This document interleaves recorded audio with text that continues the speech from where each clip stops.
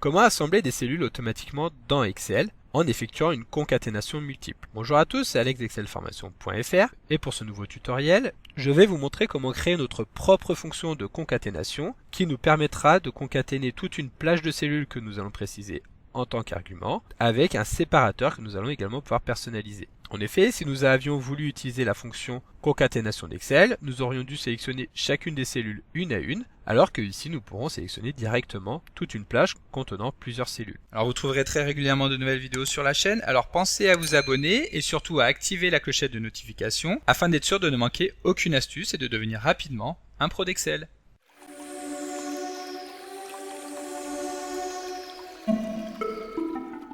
Comme d'habitude, si vous voulez être sûr de bien comprendre tout ce que nous allons voir dans le cadre de cette vidéo, vous pouvez télécharger le support de ce tutoriel ainsi que son corrigé en suivant le lien que vous trouverez dans la description de la vidéo, ce qui vous permettra de réaliser les opérations en même temps que moi pour bien assimiler toutes les notions que nous allons découvrir dans cette vidéo. Alors si vous vous souvenez bien, dans une vidéo précédente, nous avons déjà eu l'occasion de découvrir la fonction concaténer qui permet d'assembler très simplement des chaînes de caractères les unes à la suite des autres afin de générer une nouvelle chaîne de caractères. Nous avions alors vu que cette fonction introduite avec Excel 2007 permet d'assembler des chaînes de caractères en les mettant bout à bout les unes à la suite des autres. Et nous avons alors vu qu'il suffisait de saisir les différentes données que nous souhaitons concaténer en tant qu'argument pour récupérer une chaîne de caractères voulue, que ce soit des textes classiques donc que nous allons saisir entre guillemets, donc par exemple concaténer bonjour puis bienvenue. Lorsque nous allons valider la création de cette fonction, à ce moment-là nous aurons une seule chaîne de caractères avec les deux données. Mais nous pouvons également utiliser des références à des cellules,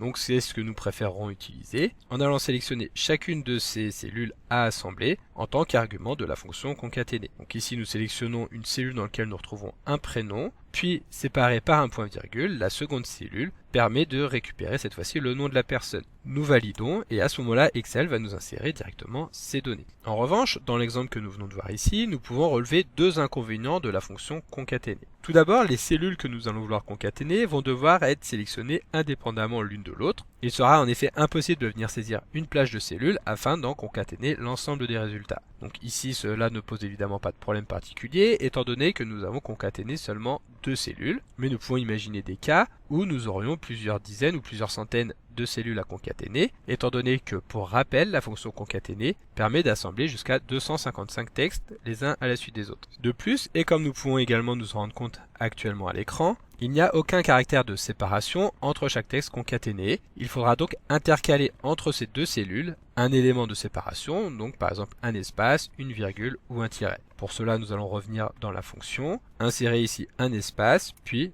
un point virgule afin de passer à la concaténation suivante. À ce moment-là seulement, nous aurons un espace entre les deux cellules. Et c'est pour corriger ces limitations qu'Excel 2019 et Excel 365 ont introduit les nouvelles fonctions concat et joindre texte. La première de ces fonctions, donc la fonction concat, fonctionne à peu près de la même manière que la fonction concaténer que nous avons vue juste avant, et que d'ailleurs elle va être amenée à remplacer sur les prochaines versions. La fonction concaténer reste toujours disponible, mais uniquement pour maintenir une compatibilité avec les anciennes versions. L'avantage de la fonction concat par rapport à la fonction concaténer, c'est que cette fois-ci nous allons pouvoir passer directement une plage de cellules en tant qu'argument. La seconde fonction, donc la fonction joindre.texte, offre la même possibilité, mais nous pouvons en plus de cela préciser une chaîne de caractères à utiliser en tant que séparateur. Comme vous pouvez le constater, celle-ci fonctionne un petit peu différemment. En effet, nous commençons par renseigner la chaîne de caractères à utiliser en tant que séparateur de texte, puis nous passons au second argument qui permet lui de spécifier que nous souhaitons ignorer les cellules laissées vides, ce qui permettra de ne pas retrouver deux caractères de séparation l'un à la suite de l'autre. Enfin, et c'est seulement à partir du troisième argument que nous pouvons venir renseigner les coordonnées des cellules à concaténer, que ce soit par une succession de cellules ou plus simplement par une plage de plusieurs cellules. Seulement, comme nous l'avons vu juste avant, il est nécessaire de disposer au moins de la version 2019 d'Excel pour être en mesure d'utiliser ces deux fonctions. C'est pourquoi je vous propose aujourd'hui de créer notre propre fonction de concaténation qui sera compatible cette fois-ci avec toutes les versions d'Excel. Pour cela, nous allons bien entendu devoir passer par le développement d'une petite macro développée en VBA,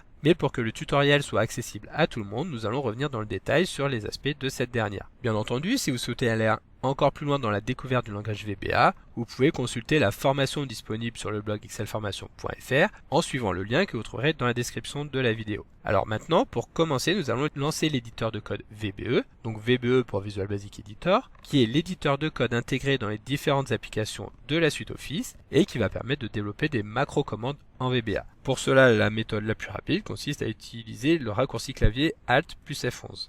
À ce moment-là, VBE va s'ouvrir et nous allons pouvoir commencer par créer un nouveau module, en sachant qu'un module est une feuille de saisie de code dans laquelle nous allons insérer nos macros et nos fonctions. Pour insérer un nouveau module, nous rendons dans le menu Insertion, puis nous cliquons sur Module. Une fois le module inséré, nous allons pouvoir créer la fonction en utilisant tout simplement le mot-clé Function, donc Function qui veut dire fonction, puis le nom que nous voulons donner à notre macro, que nous allons par exemple appeler concat-text. Cela étant fait, nous appuyons sur la touche Entrée afin qu'Excel valide la création de la fonction et en plus de cela, Excel va nous insérer ici des parenthèses dans lesquelles nous allons pouvoir insérer nos arguments. Alors nous allons tout d'abord vouloir que l'utilisateur puisse renseigner la plage des cellules que celui-ci souhaite assembler, puis nous lui demanderons de spécifier le séparateur à utiliser dans un second argument. Donc pour qu'il puisse saisir la plage, nous allons créer une nouvelle variable que nous allons appeler plage, et étant donné que celle-ci va permettre de gérer des cellules, nous allons la typer en tant que range. Le second argument que nous allons appeler opérateur sera un argument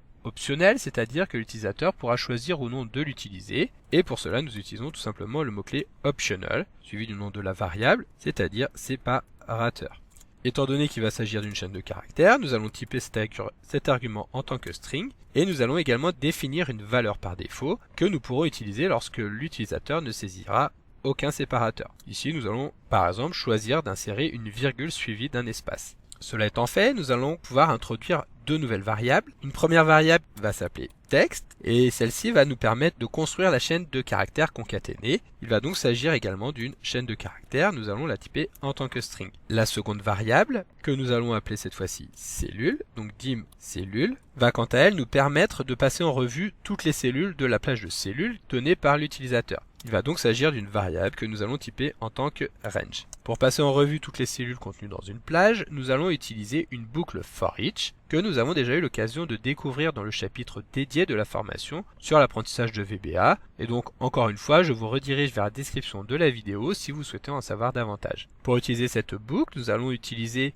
la variable de type range que nous avons définie juste au-dessus, c'est-à-dire la variable cellule. Donc for each cellules, c'est-à-dire pour chacune des cellules qui sont contenues dans la plage de cellules passée par l'utilisateur, c'est-à-dire plage. Et nous allons voir après le traitement que nous allons effectuer. Pour construire nos chaînes de caractères, nous allons donc faire appel à la variable texte, à laquelle nous allons tout simplement insérer la valeur de cellule, donc c'est-à-dire de la cellule que nous sommes en train de passer en revue, puis à la suite de laquelle nous allons ajouter le séparateur. Comme vous pouvez ici le constater, pour créer notre chaîne concaténée, nous allons simplement utiliser la fonctionnalité de concaténation de VBA, c'est-à-dire utiliser l'esperluette. Seulement ici, comme vous pouvez le voir, nous avons passé automatiquement le séparateur en fin de chaîne, ce qui signifie que lorsque nous aurons terminé de concaténer notre chaîne, nous retrouverons une dernière fois le séparateur à la toute fin de la chaîne de caractères. Donc nous allons nous placer juste en dessous de notre boucle afin de pouvoir supprimer les derniers caractères qui vont correspondre justement au séparateur. Et pour cela, nous allons utiliser la fonction left qui permet de ne conserver que la partie gauche d'une chaîne de caractères. Cette chaîne de caractères est évidemment la chaîne left. Et pour savoir le nombre de caractères que nous allons vouloir récupérer, nous allons tout d'abord prendre le nombre de caractères total de la chaîne de caractères texte, à laquelle nous allons retirer le nombre de caractères de la chaîne de caractères, cette fois-ci séparateur. Alors comme vous pouvez le voir, pour récupérer le nombre de caractères contenus dans une chaîne, il suffit tout simplement d'utiliser la fonction len. Nous validons, et maintenant que notre chaîne de caractères concaténée est correctement créée, nous allons tout simplement pouvoir la passer en tant que valeur de la fonction concat-text. Donc concat-text est égal tout simplement à la valeur de la variable texte. Maintenant nous pouvons revenir dans notre feuille de calcul et appeler tout simplement cette fonction que nous avons appelée concat-text. Donc nous sélectionnons l'ensemble des cellules de la dernière colonne, puis nous allons appeler notre fonction comme nous le ferions pour appeler n'importe quelle fonction Excel, c'est-à-dire en utilisant le symbole égal suivi du nom de la fonction. Il s'agit ici de la fonction concat-text, dans laquelle nous allons tout d'abord venir choisir la plage de cellules dans laquelle se trouvent les valeurs que nous souhaitons concaténer, et ensuite nous pouvons au choix choisir d'insérer ou non un séparateur. Donc ici, nous allons utiliser le séparateur par défaut. Nous allons donc omettre de saisir le second argument. Ensuite, nous validons l'ensemble des cellules sélectionnées en appuyant sur CTRL et Entrée.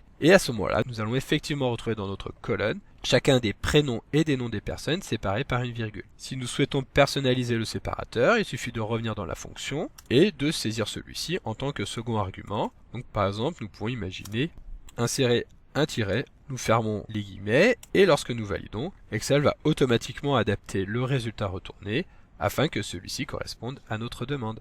Donc comme d'habitude, vous pouvez télécharger le support de secours en suivant le lien que vous trouverez dans la description de la vidéo. Si la vidéo vous a plu, n'oubliez pas de la liker et de la partager à vos collègues et amis sur l'ensemble de vos réseaux sociaux. Et vous pouvez également me laisser vos impressions dans l'espace des commentaires, je lirai chacun d'entre eux et y répondrai avec plaisir. Évidemment, si ce n'est pas encore fait, abonnez-vous à la chaîne pour ne manquer aucune astuce. C'est également très important pour m'aider à gagner en visibilité afin de pouvoir développer la chaîne et continuer de vous proposer des tas de nouvelles vidéos. Merci d'avoir suivi cette vidéo et à très bientôt pour un prochain tuto.